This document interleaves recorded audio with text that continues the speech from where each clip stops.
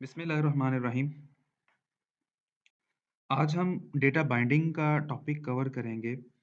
Windows presentation foundation application के अंदर हम टेक्स्ट बॉक्सेस यहाँ पे क्रिएट करेंगे एक्सएमएल फाइल के अंदर और उन टेक्स्ट बॉक्सेस की वैल्यूज़ हम अपनी जो xml.cs फाइल होती है, यहाँ पे कस्टम ऑब्जेक्ट्स की फॉर्म में हम वो डेटा रिसीव करेंगे। और इस यानी इन बाइंडिंग को करने के लिए यानी टेक्स्ट बॉक्सेस और ये अपनी सीएस फाइल इसके साथ बाइंडिंग करने के लिए जो हम कस्टम ऑब्जेक्ट यूज़ करेंगे और वो किसके ज़रिए यूज़ करेंगे, वो डेटा कॉन्टेक्स्ट के ज़रिए यूज़ करेंगे। और साथ ही साथ आज हम आई वैल्यू कन्वर्टर की एक क्लास को इम्प्लीमेंट करेंगे अपनी वैल्यूज़ को कन्वर्ट करने के लिए। वो उसका क्या रीज़न है, क्या वजह है, वो क्यों यूज़ करनी पड़ेगी, तो हम इंशाअल्लाह ताला आगे चल के सीखते हैं। तो आज का हमारा टॉपिक डेटा बाइंडिंग से रिलेटेड है। हम जीयूआई के ऊपर ज़्यादा फ़ोकस नहीं करेंगे। हमारे पास ये एक सिंपल एक डब्ल्यूपीएफ एप्लीकेशन है जिसमें ये इसका डिज़ाइन व्यू है और यहाँ पे इसकी एक्सएमएल क्रिएट हो रही है। इसमें ये एक विंडो का टैग है, उसके अंदर ये ग्रिड डला हुआ है और हम इसी ग्रिड के अंदर अपने टेक्स्ट बॉक्सेस ऐड करेंगे और कुछ लेबल्स ऐड करेंगे। तो आज का अगेन आज हमारा कुछ जीयूआई से रिलेटेड हमारा टॉपिक नहीं है। हम सिंपल अभी टूल बॉक्स को ओपन करते हैं और टूल बॉक्स के अंदर मैं एक टेक्स्ट बॉक्स उठा के लेके आता हूँ। एक टेक्स्ट बॉक्स, एक और टेक्स्ट बॉक्स यहाँ से उठाते हैं और एक और टेक्स्ट बॉक्स, ठीक है? ये मैं टेक्स्ट बॉक्स इसको यहाँ पे सेट कर देता हूँ। इस टेक्स्ट बॉक्स को भी यहाँ पे ले आता हूँ, इस टेक्स्ट बॉक्स को भी यहाँ पे ले आते हैं। इसकी थोड़ी-सी इसकी विड्थ ज़्यादा कर दें, विड्थ इसकी भी ज़्यादा कर देते हैं और इसकी विड्थ भी ज़्यादा कर देते हैं। फिर हम चाहते हैं कि इसके अंदर जो ये ऑलरेडी टेक्स्ट लिखा हुआ है, ये इसका फ़ॉन्ट साइज़ इंक्रीज़ करना चाहते हैं, इस पे क्लिक करें और यहाँ से प्रॉपर्टी का टैब ओपन कर लें और प्रॉपर्टीज़ में जाके अगर आप यहाँ पे आपको इस तरह से ऑप्शंस नज़र आ रही हैं, तो इसमें कॉमन जहाँ लिखा है, वहाँ पे इसका टेक्स्ट सेट है, यानी बाय डिफ़ॉल्ट पहले से टेक्स्ट बॉक्स के अंदर कोई टेक्स्ट लिखा हुआ है, जो कि क्या लिखा हुआ है? Text box. हम ये नहीं चाहते कि ये हमारे टेक्स्ट बॉक्स में ना लिखा हो, इसको यहाँ से रिमूव कर दें। इसके ऊपर क्लिक करें और यहाँ से प्रॉपर्टीज़ अभी इसको ड्रॉ कर लेते हैं यहाँ पे। यहाँ से इसकी प्रॉपर्टीज़ ये टेक्स्ट बॉक्स जो टेक्स्ट लिखा हुआ है, ये ख़त्म कर लेते हैं। इसके अलावा मैं चाहता हूँ इसकी ज़रा हाइट ज़्यादा कर लें, इसकी भी हाइट ज़रा ज़्यादा कर लें और इसकी हाइट इस टेक्स्ट बॉक्स की हाइट भी ज़्यादा कर लें। मैं चाहता हूँ इसके टेक्स्ट में जाएँगे, टेक्स्ट प्रॉपर्टी में जाएँगे तो इसके ऊपर जो चीज़ लिखी आए वो 20 पिक्सेल्स की हो। इसी तरह से इसके ऊपर भी प्रॉपर्टी सेट कर दें 20 पिक्सेल्स और इसके ऊपर भी आप सेट कर दें 20 पिक्सेल्स। मैं यहाँ से कुछ एक बटन उठा लेता हूँ, टूल बॉक्स में जाएँ, यहाँ से बटन उठा के यहाँ पे ले आएँ। ये एक बटन है, इसको आप इसके नीचे सेट कर दें, इसकी विड्थ, लेंथ एडजस्ट कर लें, इसको अलाइन कर लें और इसके अलावा मैं यहाँ से 3 लेबल्स जो है वो 3 लेबल्स यहाँ पे मैं ड्रैग ड्रॉप करता हूँ। यहाँ पे एक लेबल लगा दें अ, और इस लेबल को ही कॉपी कर लें, पेस्ट करें, यहाँ पे एक लेबल लगाएँ और एक और दफ़ा पेस्ट करें और यहाँ पे लेबल वही ये लेबल आ गया। आप इस लेबल को भी बदल सकते हैं। इसके ऊपर राइट क्लिक करें, इसका एडिट टेक्स्ट करें तो इसमें लिख देते हैं enter enter item item name. मैं लेना चाहता हूँ कि यहाँ से मैं आइटम का नाम लूँ, उसकी प्राइस लूँ, ठीक है? प्राइस लूँ और यहाँ पे मैं बताऊँ कि मेरी क्वांटिटी कितनी है। तो ये काम हम करना चाह रहे हैं। तो यहाँ से आप एक टे लेबल बनाया, इस लेबल को आप कुछ ऊपर हल्का-सा ज़रा इसकी पोज़ीशन सेट कर लें। ये इस लेबल का एडिट करें टेक्स्ट, एंटर आइटम प्राइस यहाँ पे हम कोई प्राइस बता देते हैं। और यहाँ पे इसके अंदर हम एडिट कर देते हैं एंटर आइटम क्वांटिटी क्वांटिटी ठीक हो गया। अब इसको इसका अगर आप मज़ीद इसको खूबसूरत बनाने के लिए हम इसके ऊपर स्टाइल्स अप्लाई कर सकते हैं, लेकिन अभी नहीं कर रहे। अभी हमारा फ़ोकस बेसिकली हमारे टॉपिक के ऊपर होना चाहिए। मैं वैसे इसका फ़ॉन्ट अगर मैं बड़ा कर दूँ, इसको बोल्ड कर लें, ठीक है? इसके ऊपर भी आएँ, इसके फ़ॉन्ट साइज़ 20 पिक्सेल्स कर दें और इसको भी बोल्ड कर दें। इसका जो फ़ॉन्ट साइज़ है, इसको भी 20 पिक्सेल्स कर लें और यहाँ से इसको बोल्ड कर दें। तो ये हमारे पास लेबल्स बन गए हैं।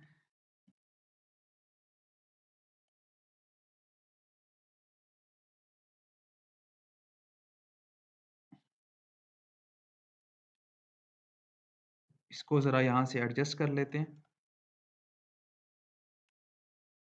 ठीक है? और इसको यहाँ से एडजस्ट कर लेते हैं, ठीक है? इसकी लेंथ, ठीक है? तो तकरीबन ये इस तरह से हम अभी यहाँ तक इसको रखते हैं। मज़ीद हम आगे अभी ये जीयूआई के ऊपर हम ज़्यादा काम नहीं कर रहे। तो ये मैंने एक छोटी-सी 3 टेक्स्ट बॉक्सेस लगा लिए हैं, 1 बटन लगा लिए हैं और ये 3 लेबल लगाए हैं।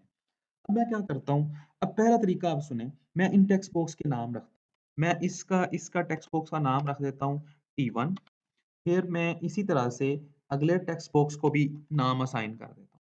इस टेक्स्ट बॉक्स का नाम और इस टेक्स्ट बॉक्स का नाम।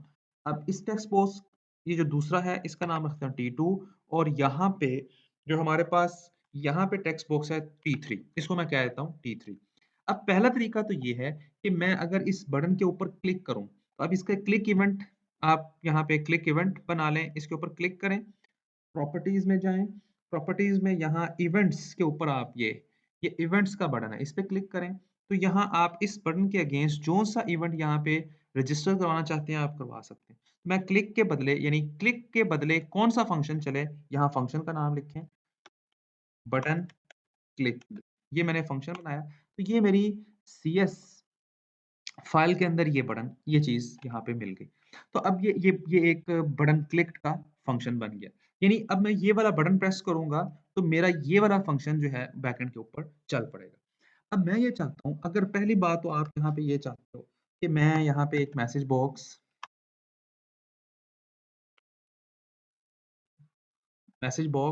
डॉट शो मैं चाहता हूँ कि मैं अपने पहला काम मैं ये करना चाहता हूँ कि अगर तो आप यहाँ से इन टेक्स्ट बॉक्सेस की वैल्यूज़ उठाना चाहते हो टेक्स्ट बॉक्सेस की वैल्यू अगर आप उठाना चाहते हो, तो आप पहला तरीका तो ये है एक तरीका तो ये है कि आप यहाँ पे जो आपने नाम लिखा था ना T1, T1 का मतलब है टेक्स्ट बॉक्स 1, डॉट लगा के उसका टेक्स्ट उठा लो, ठीक है? डॉट टेक्स्ट यानी T1 का टेक्स्ट, तो आप T1 का टेक्स्ट गेट कर लोगे।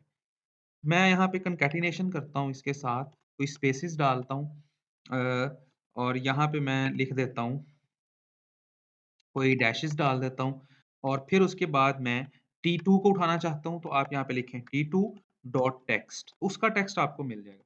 फिर आप यहाँ पे कोई डैशेज़ प्रिंट करवा के यहाँ पे आप लिखें T3 डॉट टेक्स्ट। तो इस तरह से आप पहला तरीका तो ये है कि आप इस तरीके से जैसे ही आप बटन पे क्लिक करें, इन टेक्स्ट बॉक्सेस की टेक्स्ट उठाने हैं, तो आप इस तरीके से उठा सकते हैं।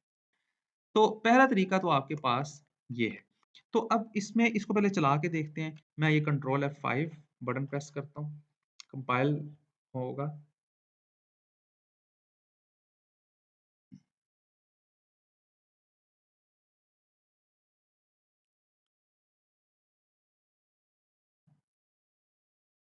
तो यहाँ पे हमारे पास ये स्क्रीन ओपन हो गई है। अब इस स्क्रीन के अंदर अगर मैं यहाँ पे कोई टाइप करता हूँ, मैं लेट्स सपोज़ मैं कोई मैं कोई टाइप करता हूँ और यहाँ पे कोई वैल्यूज़ देता हूँ और यहाँ पे कोई वैल्यूज़ देता हूँ और बटन प्रेस करता हूँ, तो ये देखें, आपने अपने अपने मैसेज बॉक्स प्रिंट हुआ है, इसमें ये टेक्स्ट बॉक्स 1 का टेक्स्ट उठा लिया, फिर डैशेज़ डाल के ये वाली वैल्यू उठा ली, ये वाली वैल्यू उठा ली। लेकिन मेरी ख़्वाहिश ये है, मैं ये चाहता हूँ कि ये जो ट मैं इस तरह से T1, T2, T3 इस तरह से मैं टेक्स्ट बॉक्सेस की वैल्यूज़ ना उठाऊँ, बल्कि एक कस्टम क्लास बनाऊँ खुद से वो ऑब्जेक्ट्स की फॉर्म में डेटा जा रहा हो और आ रहा हो। तो इस तरह यानी इन 2 चीज़ों के दरमियान डेटा बाइंडिंग हो, यानी ये मेरे एक्सएमएल व्यू के दरमियान जो टेक्स्ट बॉक्सेस हैं यहाँ और इस क्लास, इसके दरमियान डेटा कॉन्टेक्स्ट के ज़रिए हम अपना अ, डेटा कॉन्टेक्स्ट के ज़रिए डेटा बाइंडिंग करें, कस्टम क्लास के साथ। तो ये काम करने के लिए हम अपना ये सॉल्यूशन एक्सप्लोरर ऑन कर लेते हैं। यहाँ पे आप एक फ़ोल्डर बना लें, ऐड करें, एक न्यू फ़ोल्डर बनाएँ। इसका नाम रख लें मॉडल। एक फ़ोल्डर बना लिया मॉडल और इसके अंदर आप एक क्लास ऐड करें, कस्टम क्लास। मैं एक क्लास ऐड करता हूँ और उस क्लास का मैं नाम यहाँ पे सेट कर देता हूँ। उस क्लास का नाम सेट कर दिया आइटम, ठीक है? आइटम एक आइटम की क्लास मैंने बनाई। अब आइटम क्लास यहाँ पे बन गई है। यहाँ पे आप प्रॉपर्टीज़ बनाएँ। पब्लिक एक प्रॉपर्टी बनाता हूँ स्ट्रिंग इनमे, ठीक है? और इसके साथ हम इसके गेट और सेट के मेथड्स, ठीक है? एक और इसमें प्रॉपर्टी बनाएँ पब्लिक इंटीजर आई प्राइस, आइटम की प्राइस, एक ये प्रॉपर्टी बन गई और इसी तरह से मैं एक और प्रॉपर्टी बनाता हूँ I I quant I Q N T, I quantity. तो ये 3 मैंने प्रॉपर्टीज़ यहाँ पे बना ली हैं और अब ये यानी कि जब भी मैं आइटम टाइप का ऑब्जेक्ट क्रिएट करूँगा तो उसके बदले 3 प्राइवेट वेरिएबल्स बनेंगे, नेम, प्राइस और क्वांटिटी। तो उसके हमने गेटर सेटर और ये हमने इसको इनकी प्रॉपर्टीज़ हमने डिफाइन कर दी। अब मैं यहाँ पे वापस जाता हूँ और सबसे पहले मैं आपको वन वे कम्युनिकेशन करना सिखाता हूँ। वन वे कम्युनिकेशन क्या है कि अभी-अभी आप याद रखें कि ये मेरा सोर्स है। आपको मैं यहाँ पे लिख देता हूँ कि माय सोर्स, ठीक है? ये मेरा सोर्स है। आप समझिए कि ये सोर्स है जो सीएस क्लास है और ये आपके पास क्या है? ये पेजेज़ एक्सएमएल क्या है? डेस्टिनेशन। तो अब मैं बेसिकली वन वे यानी डेटा बाइंडिंग करने जा रहा हूँ और कौन-सी वाली? One way. ठीक है? उसमें क्या होता है कि वन वे के अंदर आप सोर्स से कोई ऑब्जेक्ट भेज सकते हो। सोर्स से कोई ऑब्जेक्ट भेजोगे और वो डेस्टिनेशन के पास यानी ये एक्सएमएल पेज के ऊपर चला जाएगा। तो इसको कैसे भेजना है? आप अभी इस मेन विंडो के पब्लिक कंस्ट्रक्टर के अंदर एक आइटम टाइप का ऑब्जेक्ट बनाएँ। लेकिन उससे पहले आप उसकी नेमस्पेस इंक्लूड करवा लें using practice for YouTube dot model. यानी आप देख सकते हो कि अगर आप इस क्लास को एक्सेस करना है, इस क्लास को अगर आपने एक्सेस करना है तो इसकी ये नेमस्पेस है। ये जिस नेमस्पेस के अंदर बना है वो नेमस्पेस इंक्लूड करवाएँ। तो मैंने ये नेमस्पेस इंक्लूड करवा ली। अब आप ये इस क्लास का ऑब्जेक्ट बना सकते हो, इसको एक्सेस कर सकते हो। तो आइटम आइटम टाइप का एक ऑब्जेक्ट बनाएँ, ऑब्ज इक्वल्स टू न्यू आइटम, ये नए आइटम बनाएँ। इसके अंदर टेम्परेरी तौर पे भी अभी हम वैसे ही कोई डमी वैल्यूज़ दे दें, नेम इसका सेट कर दें, नेम में मैं कह देता हूँ एग, ठीक है? इसमें आगे प्राइस बता दें, आई प्राइस, आई नेम था, I name, I price, price set कर दें इसकी लेट्स सपोज़ 15 और आई क्वांटिटी कितने कितने मुझे चाहिए या कितने मेरे मेरे पास कितने हैं, मैं इसमें सेट कर देता हूँ 10। तो अब ये मैंने एक ऑब्जेक्ट बना दिया, अब मैं चाहता हूँ ये वाला ऑब्जेक्ट मैं इस एक्सएमएल को पास कर सकूँ। ये पासिंग करने के लिए हमारे पास एक रेफरेंस ऑब्जेक्ट टाइप का आपको पता है एक ऑब्जेक्ट हम एक ऑब्जेक्ट टाइप का भी ऑब्जेक्ट बना सकते हैं। तो ऑब्जेक्ट टाइप का ऑब्जेक्ट ये होता है कि जिसको कोई भी किसी किसी कस्टम क्लास का अगर उसको ऑब्जेक्ट दे दें तो वो अपने आप को उसमें कन्वर्ट कर लेता है। जैसे वार का कॉन्सेप्ट। इसी तरह जैसे हमने इसको यहाँ पे हम जिस क्लास के अंदर हैं विंडोज़ के ज़रिए हमने इसको इनहेरिटेंस की है, तो इसमें हमें एक प्रॉपर्टी मिलती है उसका नाम है डेटा कॉन्टेक्स्ट। डेटा कॉन्टेक्स्ट के अंदर हम अपना ये ऑब्जेक्ट पास कर देंगे जिसका नाम मैंने ओबीजे रखा है। तो ये ओबीजे ऑब्जेक्ट मैंने इसको पास कर दिया। तो बेसिकली ये डेटा कॉन्टेक्स्ट है, ये ऑब्जेक्ट टाइप का एक रेफरेंस वेरिएबल है। इसको जिस तरह का ऑब्जेक्ट दे दें, ये अपने आप को उस तरह का बना लेगा। अब मैं इसको आइटम टाइप का ऑब्जेक्ट दे रहा हूँ, तो ये reference variable automatically item type का बन जाएगा। और ये वो डेटा कॉन्टेक्स्ट बेसिकली एक ऐसी चीज़ है जो आपको यहाँ पे भी एक्सेसिबल है और आप इधर भी इसको एक्सेस कर सकते हैं। तो लें जी, ये मैंने पास कर दिया। अब मैं यहाँ से अगर दूसरी जानिब यहाँ अपनी मेन विंडो में मैं चाहता हूँ कि जो मैंने ऑब्जेक्ट के अंदर वैल्यूज़ दी हैं, मैं उनको यूज़ करना चाहता हूँ। तो मैं जब ये कंस्ट्रक्टर चलेगा तो मैंने ये डेटा कॉन्टेक्स्ट में वैल्यूज़ रखवा दी हैं। अब मैं इनको यहाँ पे इस्तेमाल करना चाहता हूँ, तो मैं डेटा बाइंडिंग करूँगा। मैं बाइंड किसके साथ करूँगा? मैं अपने जो टेक्स्ट बॉक्सेस हैं, मैं टेक्स्ट बॉक्स का जो टेक्स्ट है, उसको बाइंडिंग करूँगा। बाइंडिंग लिखें और आगे आप पाथ बताएँ। पाथ के अंदर जो ऑब्जेक्ट आप भेज रहे हैं, ठीक है? डेटा कॉन्टेक्स्ट के अंदर हमने ये आइटम टाइप का ऑब्जेक्ट बनाया है, उसमें देखें नाम क्या लिखे हुए हैं? आई नेम, आई प्राइस और आई क्वांटिटी। जो नाम यहाँ लिखे हैं, वही आप यहाँ पे लिखें। आई नेम, ठीक है? इसी तरह से जो टेक्स्ट बॉक्स 2 है, इसकी भी आप यहाँ पे बाइंडिंग कर दें। टेक्स्ट, इसकी बाइंडिंग करें। बाइंडिंग, इसका पाथ बताएँ और इसकी बाइंडिंग कर दें आई, दूसरे टेक्स्ट बॉक्स की आई प्राइस के साथ और इसी तरह से यहाँ पे भी आप इसकी भी बाइंडिंग करें। टेक्स्ट की बाइंडिंग करें। बाइंडिंग पाथ किसके साथ? आई आईक्यूएनटी, आई क्वांटिटी के साथ। तो अब ये क्या होगा? अब इसके अंदर ये जो टेक्स्ट बॉक्सेस हैं, इनके टेक्स्ट के अंदर क्या वैल्यूज़ आएँगी, जो आई नेम वेरिएबल के अंदर वैल्यू पड़ी होगी। जो डेटा कॉन्टेक्स्ट के अंदर आई नेम के अंदर जो वैल्यू पड़ी होगी, वो यहाँ पे चिपक जाएगी।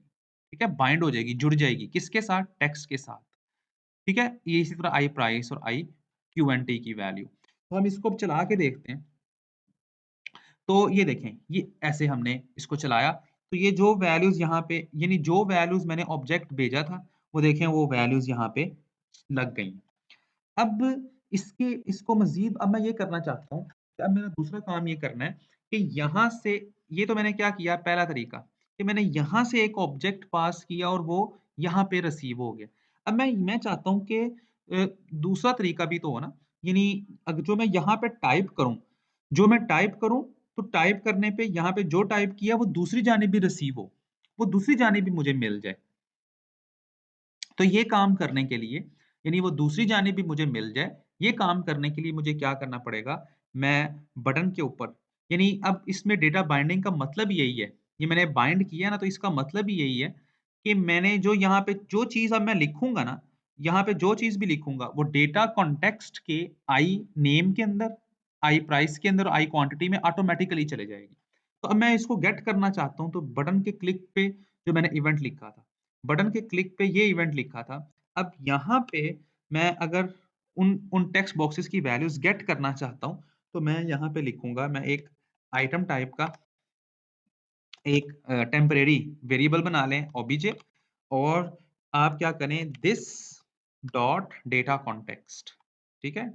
दिस मतलब जिस क्लास के अंदर है ये मेन विंडो, इस क्लास के अंदर जो डेटा कॉन्टेक्स्ट है उसको अब इसके साथ आप लिखें बेसिकली इसके साथ आपको लिखना पड़ेगा एज़ आइटम यानी ये अपने आप को किस में कन्वर्ट कर ले आइटम टाइप के ऑब्जेक्ट में यानी डेटा कॉन्टेक्स्ट का जो ओबीजे टाइप का ऑब्जेक्ट था ना ओबीजे ऑब्जेक्ट था ये और वो अपने आप को वो ऑब्जेक्ट किस में कन्वर्ट हो जाए आइटम में और जो कन्वर्ट हो जाएगा वो हम उसको कहाँ रखवा देंगे ओबीजे में। तो अब मैं यहाँ पे अगर मैं यहाँ पे ओबीजे डॉट लगाऊं तो देखो आई नेम मिल रहा है।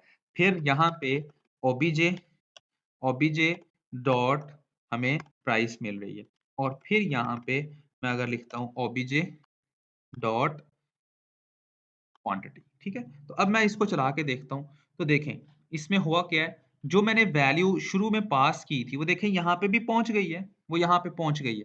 अब इस तरह से अब मैं यहाँ पे जो कुछ भी यहाँ पे लिखूँगा, यानी मिसाल के तौर पे अगर मैं यहाँ पे कुछ और सा टाइप कर देता हूँ और यहाँ पे मैं टाइप कर देता हूँ मिल्क, ठीक है? तो मैं जैसे-जैसे टाइप कर रहा हूँ, ये मेरे आई नेम वाले वेरिएबल में खुद ब खुद चला जाएगा, डेटा कॉन्टेक्स्ट के अंदर। यहाँ पे मैं कोई प्राइस ऐड करता हूँ, यहाँ पे कोई चीज़ और बटन क्लिक करता हूँ, तो देखो, जो मैंने यहाँ पे लिखा, वो इस तरफ पहुँच गया। तो ये जो मैंने अभी मोड यूज़ किया है, ये टू वे कम्युनिकेशन हो रही है। यानी ये ऑब्जेक्ट मेरे एक्सएमएल तक भी पहुँचा है, जो पहले सबसे पहले नज़र आ रहा था और फिर जब मैं यहाँ चेंज कर रहा हूँ, तो जो चीज़ डेटा कॉन्टेक्स्ट में वापस भी जा रही है और मैं उसको बटन के क्लिक करने पे यहाँ पे गेट भी कर रहा हूँ। यानी डेटा सेंड भी कर रहा हूँ, गेट भी कर रहा हूँ। इसके हमारे पास कुछ मोड्स हैं। अब मोड्स क्या हैं? मैं अगर डेटा बाइंडिंग करते हुए अगर मैं यहाँ तीनों के साथ अगर मैं यहाँ पे कॉमा डाल के मोड सेट कर दूँ, तो मोड में अगर मैं वन वे कर देता हूँ, वन वे सेट कर देता हूँ, तो वन वे का मतलब ये है, मोड का अंदर वन वे का यहाँ पे भी वन वे, यहाँ पे भी वन वे। तो मोड के अंदर वन वे का मतलब ये है कि यहाँ से जो डेटा गया है, वो डेटा कॉन्टेक्स्ट में गया है, वो यहाँ पे यूज़ हो जाए, ये वन वे हुआ। लेकिन यहाँ पे जो चीज़ लिखूँ, वो वापस डेटा कॉन्टेक्स्ट में ना जाए। तो इसका मतलब है कि ये क्या काम हो रहा है? ये वन वे कम्युनिकेशन है। तो आएँ ज़रा मैं अभी इसको देखता हूँ। अगर आपको मैं इसको दोबारा चला के दिखाऊँ तो आप देखेंगे कि जो ऑब्जेक्ट मैंने भेजा था इस एक्सएमएल को, वो यहाँ पहुँच रहा है। लेकिन यहाँ पे मैं अगर चेंजेस करता हूँ, तो वापस गेट करता हूँ, तो वो एक्सेस नहीं होंगी। तो वो देखो वो उसके अंदर वापस जब मैंने डेटा कॉन्टेक्स्ट में जाके दोबारा डेटा कॉन्टेक्स्ट को उठाया, तो उसमें चेंजेस नहीं आ रहे। यानी यहाँ से डेटा गया है और यहाँ पे रिसीव हो गया, लेकिन यहाँ से वापस इस क्लास में जब गेट किया था, तो यहाँ पे नहीं हो रहा था। तो इस चीज़ ये कौन-सा मोड चूज़ किया है? ये बाइंडिंग का वन वे मोड है, ठीक है? अब यहाँ पे अगर मैं टू वे मोड यहाँ पे लिख दूँगा, तो टू वे मोड सब में टू वे लिख दें, तो टू वे मोड में क्या होता है ये टू वे मोड चूज़ कर लिया। अब टू वे मोड में अगर आपको मैं चला के दिखाऊँ तो इसमें दोनों तरफ़ा होगा।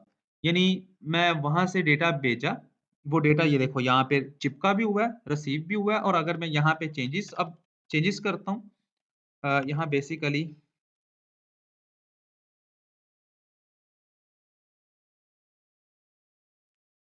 अब मैं इसको अगर भेजता हूँ तो देखो, ये यहाँ पे ये मिल भी गया। ये देखें यहाँ पे इसको रिसीव भी हो गया। तो ये बेसिकली हमारे पास डेटा बाइंडिंग का टू वे मोड था और हमने वन वे मोड देखे।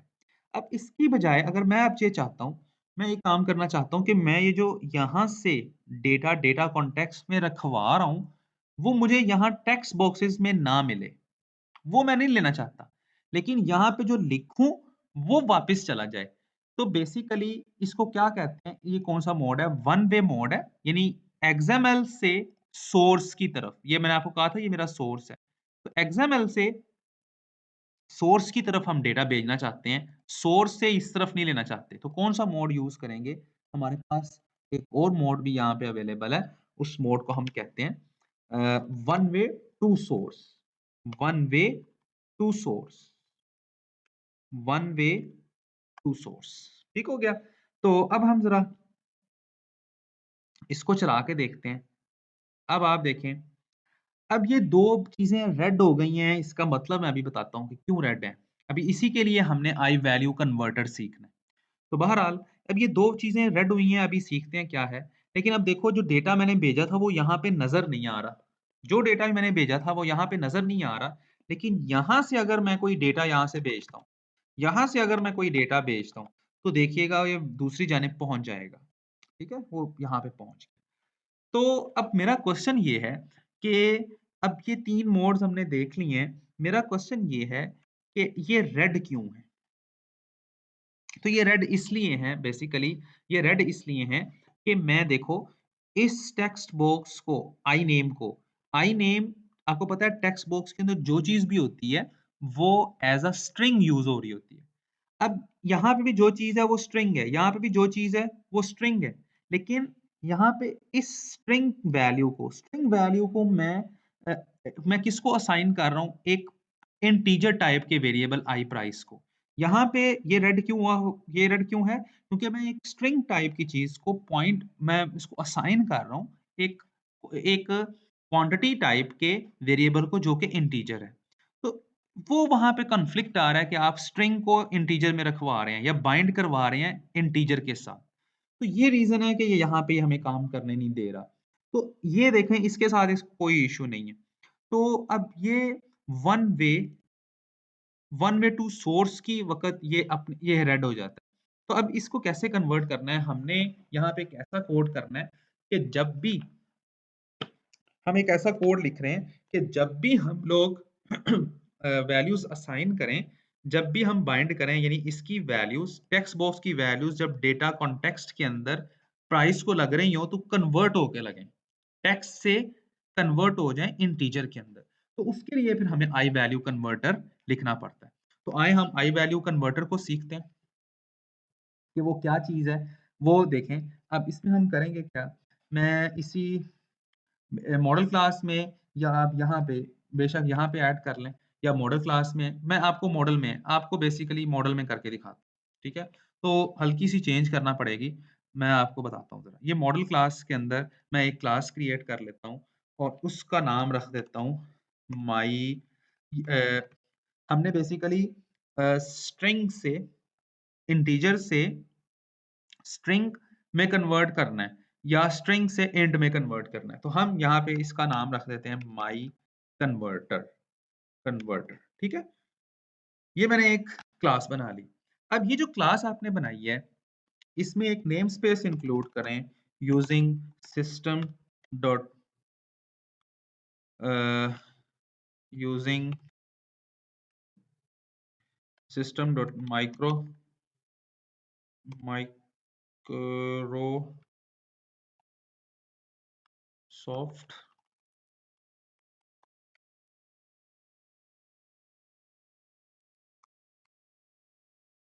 जस्ट वेट रखें।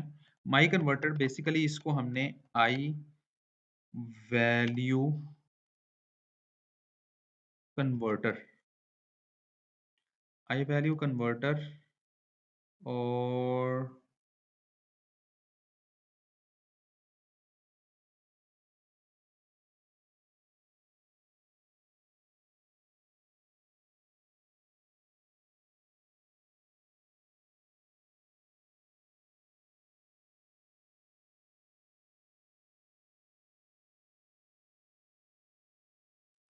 तो यहाँ पे बेसिकली सिस्टम मेरे आउट ऑफ माइंड हो गया था। सिस्टम डॉट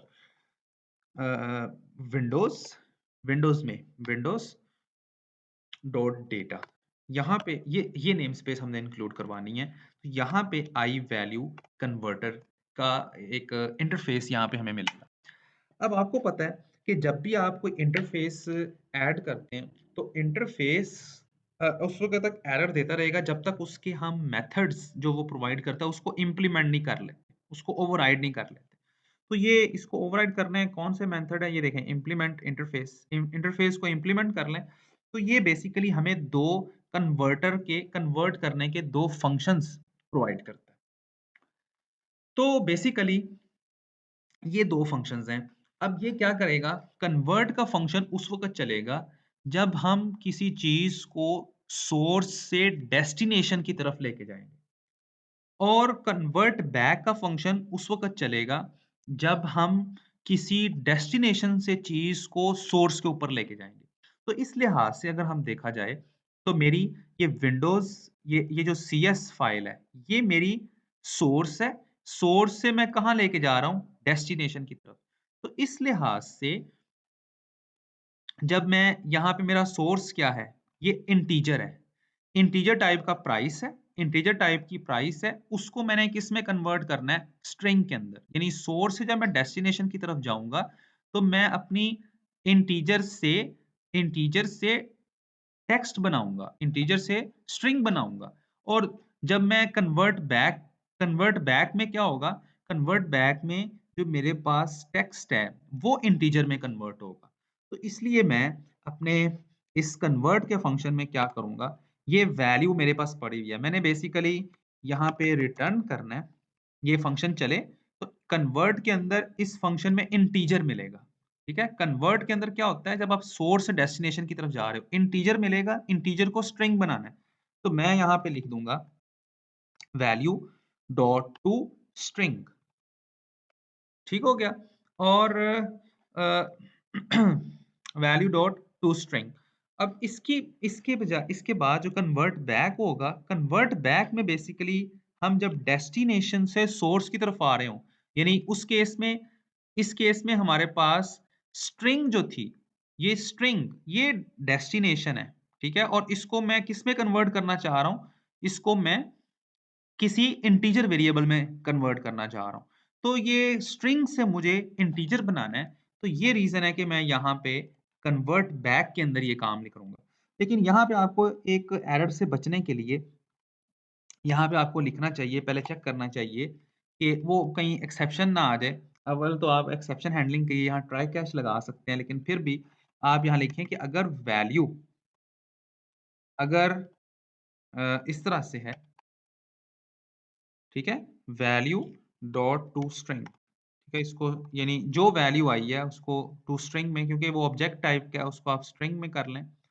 तो अ, वैल्यू अगर तो वो एम्प्टी के इक्वल है, ठीक है? अक्सर हम जब देखेंगे तो एम्प्टी वैल्यूज़ भी जाएँगी। तो अगर तो एम्प्टी के इक्वल है, तो आप क्या रिटर्न कर दो, जस्ट वहाँ रिटर्न कर दो, कोई कोई कोई इंटीजर रिटर्न कर दो, 0। अदरवाइज़ आप क्या करें, अदरवाइज़ जो भी स्ट्रिंग में कोई वैल्यू पड़ी हुई है, आप रिटर्न करें कन्वर्ट। अच्छा, इसमें अब आपको ना कन्वर्ट का फंक्शन वो सिस्टम में पड़ा हुआ है। तो बेसिकली ये भी कन्वर्ट क्या है, तो वो आप कन्वर्ट यूज़ करोगे ना तो ये एरर देगा। सिस्टम डॉट कन्वर्ट ये वाला आप मेथड कॉल करेंगे डॉट टू इंट 32। तो ये मेथड बेसिकली जब आप इसको आप वो वैल्यू दोगे ना, तो ये क्या करेगा बेसिकली ये स्ट्रिंग स्ट्रिंग हमें यहाँ पे मिलेगी। तो स्ट्रिंग अगर मैं ये नहीं ना लिखता, तो मैं खाली इसको कन्वर्ट करूँगा ना, तो अगर स्ट्रिंग बाज़ औक़ात एम्प्टी हो सकती है, खाली। तो खाली स्ट्रिंग इस तरह से होती है। जब इसको कन्वर्ट करने लगेगा ना, तो ये लाइन एक्सेप्शन देती है। ठीक है? तो हम एक्सेप्शन से बचने के लिए मैंने पहले ही चेक कर लिया कि अगर स्ट्रिंग एम्प्टी है, तो क्या वापस करो 0 रिटर्न कर दो, ठीक है? अदरवाइज़ जो नंबर आए उसको कन्वर्ट करो और उसको रिटर्न करो। तो यहाँ पे ये काम करने के बाद अब हम ज़रा वापस अपने मेन विंडो के ऊपर जाते हैं और यहाँ पे हमने मज़ीद काम करना है। तो यहाँ पे क्या काम करना है, हमने बेसिकली वो माई कन्वर्ट की जो क्लास थी, माई कन्वर्ट की क्लास, ये इसको कॉल करना है। इसके कन्वर्ट और कन्वर्ट बैक के फंक्शंस को हमने कॉल करना है। तो वो कैसे होगा? तो आएँ, सबसे पहले आप इसकी ज़रा जाते-जाते नेम स्पेस देख लो। Practice for YouTube dot model है। अगर आप विंडोज़ इधर आते हैं, तो इधर आपने एक ऑलरेडी नेम स्पेस इंक्लूड कराई हुई है, क्लासेस को हैंडल करने के लिए। ये देखो, ये लोकल के नाम से आपने एक नेम स्पेस इंक्लूड कराई है, प्रैक्टिस फॉर यूट्यूब। तो आपको अगर आप वो उस क्लास को एक्सेस करना चाहते हो, तो मेरे भाई यहाँ पे आप मॉडल भी साथ लिखें, ठीक है? जो वो नेम स्पेस थी, उसको इंक्लूड करवाएँ। यानी कन्वर्टर क्लास की नेम स्पेस को इंक्लूड करवाएँ। तो मैंने वो ये नेम स्पेस इंक्लूड करवा ली। अब मैं यहाँ पे एक टैग बनाता हूँ।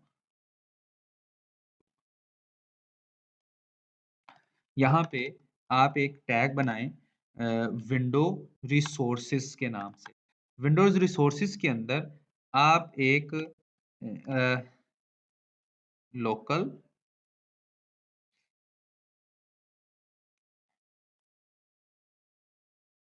लोकल और माई कन्वर्टर, ये देखो। अब इसमें से आप कौन-सी क्लास को आप एक्सेस करना चाहते हो? माई कन्वर्टर, मैंने लोकल, यानी लोकल का मतलब है कि इस लोकल नेम स्पेस में, लोकल नेम स्पेस में 2 चीज़ें हैं, आइटम की क्लास है, माई कन्वर्टर की। तो मैं कहता हूँ माई कन्वर्टर स्पेस डाल के, अब आप इस एक्सएमएल में माई कन्वर्टर क्लास को अगर एक्सेस करना चाहते हो, तो क्या नाम रखना चाहते हो? मैं इसका इसका नाम कैसे रखते हैं? एक्स की, ये की सेट कर लो कि इस क्लास को अगर आपने कॉल करना है, इसके फंक्शंस को कॉल करना है, तो क्या नाम रखोगे? तो मैं जस्ट यहाँ पे कोई नाम रख लो CVRT, ठीक है? कन्वर्ट, इस तरह से नाम रख दें, या बस आप ऐसे इस तरह से रख दें, इसका नाम रख दो स्ट्रिंग स्ट्रिंग टू इंट, ये नाम रख दो, ठीक हो गया? तो अब आपने इसके टैग को क्लोज़ किया। क्लोज़ कैसे किया? बेसिकली आपने सिर्फ़ यहाँ पे ये ग्रेटर देन का साइन डाला, तो वो खुद ब खुद क्लोज़ हो गया। अब यहाँ पे ना कुछ ये अभी थोड़ा-सा एरर दे रहा है। इससे घबराने की बात नहीं है, आप हल्का-सा इसको इसको अभी एक दफ़ा कंपाइल करेंगे ना तो इसको समझ आ जाएगी कि एरर नहीं है। इसे कंपाइल-शम्पाइल करें, अभी ये एरर रिमूव हो जाएगा, ठीक है?